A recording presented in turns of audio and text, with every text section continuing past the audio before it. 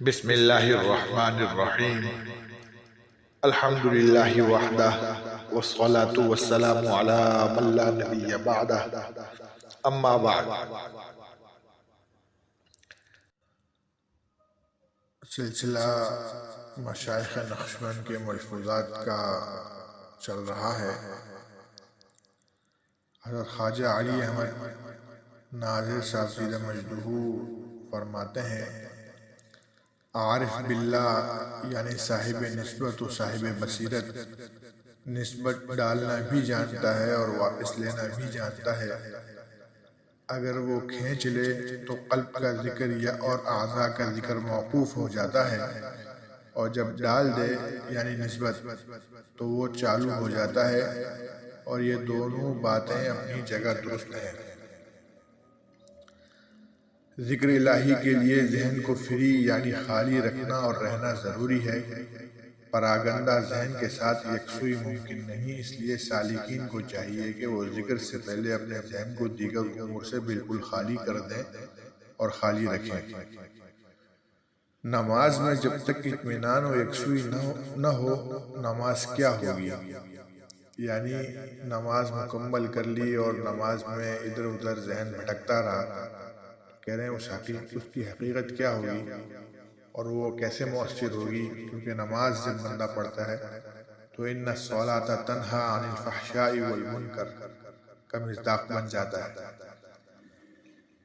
مزید فرماتے ہیں کہ صاحب نسبت بزرگوں کے احوال و حالات بدلتے رہتے ہیں، اس لیے اپنی طرف سے اس کی شناخت اور ادراک کے بغیر ان کے کسی امور پر اصرار کے ساتھ واقفیت حاصل کرنے سے اجتناب کی پاسداری ضروری ہے۔ سلوک کی راہ میں افادہ و استفادہ کے لیے طالبین کے اندر طلب صادق اور استعداد ظرف ضروری ہے۔ رسمی طور پر دعا کرنے اور مانگنے سے کچھ حاصل نہیں۔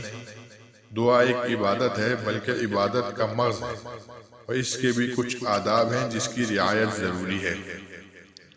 اول حلال کھانا پینا اور بدن کے کپڑے بھی حلال ہوں، اور ہمتاً یکسوئی یعنی استحضار ذہن، اور ساتھ ہی دعا کے وقت اپنے اندر غایت عاجزی و تذلل اور حق تعالیٰ کی عظمت اور تقدس کا اعلیٰ تصور ہو، اور پھر یعنی سب سے بڑھ کر ایک خاص کیفیت و حوال جو بندگان پارسا پر طاری ہوتی ہے، اور اس کا حال معلوم نہیں کہ وہ کب اور کس گھڑی طاری ہوگی، اور وہ مخصوص کیفیت جب طاری ہوتی ہے تو اپنی اولاد بھی یاد نہیں رہتی، اور انہی کیفیات و حالات میں دعا کرنا زیادہ موزوں ہے اور قبولیت کے قریب تر ہے۔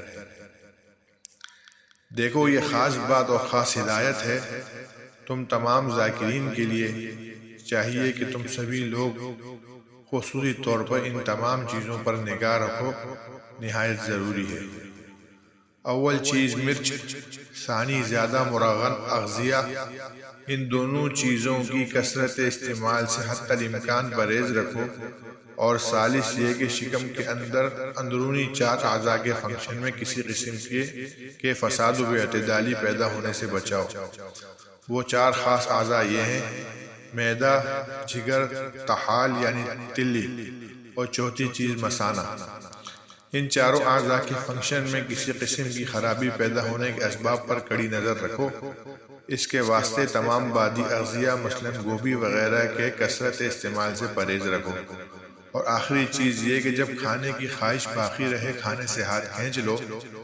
جو لوگ ذکر کے میدان میں چلنا چاہتے ہیں انہیں بقائے صحت کے واسطے ان چار اعضاء کے افعال کو آرڈر میں بنائے رکھنا نہایت ضروری ہے۔ ایسی صورت میں ذاکرین کو ترقی کافی ہوگی، اور بصورت عدم کوئی خاص فائدہ و نتیجہ مرتب ہونے کا امکان نہیں۔ جو پرہیز رکھے وہ عقل مند ہے، اور جو بد پرہیزی کرے وہ بے وقوف ہے۔ مزید فرماتے ہیں جو واقعی ذی علم عالم ہیں اور وہ صاحب ظرف بھی ہیں، ان کا اندرون کیل کانٹا بہت ٹھیک ہوتا ہے، بس تھوڑی سی کمی ہوتی ہے، اور جب اس کمی کی تلافی ہو گئی تو پھر وہ جھگا جھگ ہو کر مست رہتے ہیں۔ ذکر پر مداومت رکھنے سے بعض اوقات ان بساط کی کیفیت میں مختلف نوع کے نتائج ظہور پذیر ہوتے ہیں۔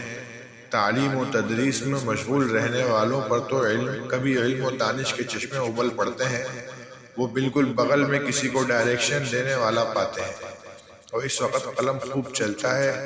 اگر کوئی امتحان دینے والا پرچہ حل کرتا ہے تو ایگزامینر اس امتحان دینے والے کے لیے اگر فرسٹ کلاس سے بھی کوئی اوپر نمبر ہو سکتا ہے تو وہ بھی دینے پر مجبور ہوتا ہے، اور بعض اوقات قلم میں اتنی جنبش نہیں ہوتی، لیکن بہرحال خوبی سے تو حل کر ہی لیتا ہے۔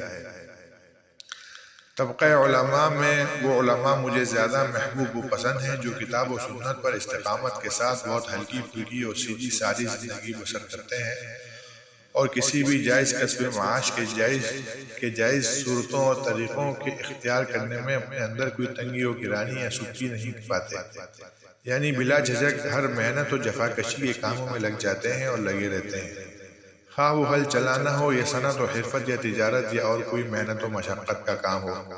غرض وہ کسی بھی محنت و جفاکشی کے پیشوں کو اختیار کرنا اپنے وقار و مرتبہ کے خلاف نہیں سمجھتے، اور ٹیپ ٹاپ اور رکھ رکھاؤ سے الگ تھلگ رہتے ہیں۔ دعا فرمائے جو کچھ پڑھا سنا گیا اللہ تعالی عمل کی توفیق عطا فرمائے، آمین۔ السلام علیکم ورحمۃ اللہ وبرکاتہ۔